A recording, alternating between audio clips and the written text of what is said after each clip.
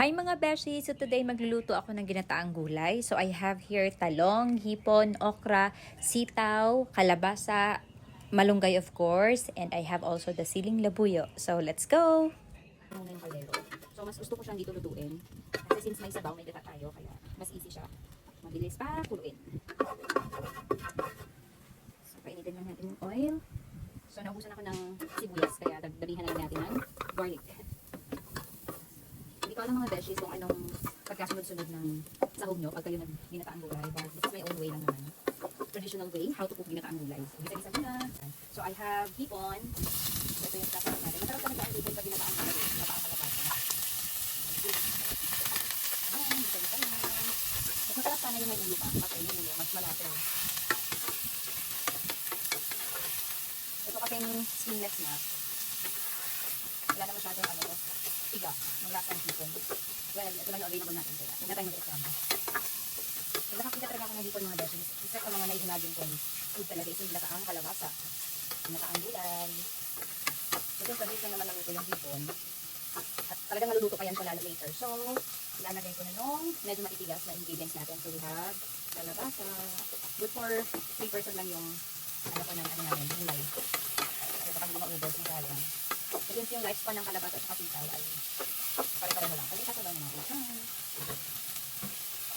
Kasabay pa siyang igisa. Okay. Natin siyang lumambot konti. Kung napansin nyo, sinama ko na din yung siling labuyo para may dating yung ating gulay. So, antayin ko lang mga siguro 2 to 3 minutes. Takpan ko lang siya at ihahalo natin yung first tiga ng gata. There. So, check natin yung mga beshies. Ayan. Medyo half-cook na siya. So, this time, ilalagay ko yung first gata natin. I don't know, the second tiga ng gata. So, tansya-tansya lang. Kung gusto nyo masabaw, pwede nyo naglagan. Pero sa akin kasi, may second gata pa tayo. Ayoko masyado yung masabaw na gulay. Lalo na pag ginataan. Gusto ko spiso. So, tansya-tansya lang mga beshies, ha? So, antayin natin, maluto konti pa yung kalabasa at saka sitaw. And then, since mabilis lang naman maluto yung talong and okra, ihuhuli natin siya together with the malunggay. And, timpla-timpla na lang, tapos ilalagay natin yung pinakaunang tiga ng gata. So, yun lang mga beshies, super easy lang talaga gumawa ng ginataang gulay. So, ayan beshies, I have shrimp cubes since hipon yung ating sahog. So, lalagyan lang natin siya ng shrimp cubes, pangkalasa. And then, I have this garlic powder. And of course, I'm gonna put some paminta powder. Mas gusto ko maraming paminta. And then, huwag kalimutan ang asin.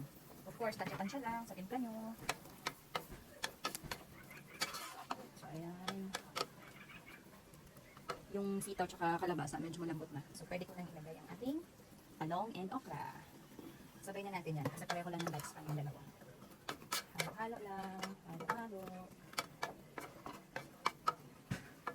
So, papalambutin ko lang siya konti. Siguro simmer it for mga 1 to 2 minutes. And then, ilagay natin yung unang tiga ng gata. And then, timpla-timpla na lang.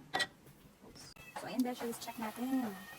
So, ayan. Pag yung isa sa palatandaan na paluto na yung talong, kung nag-change color na siya, kung napansin nyo, nagiging brown na yung purple skin niya. So, this time, pwede na natin ilagay ang ating unang tiga ng gata. Ayan. Diba? Tansya-tansya lang kung ayaw nyo yung masabaw na gulay. Ako ayaw ko kasi yung sobrang namin masabaw. Ayan. And then, of course, ang ating malunggay.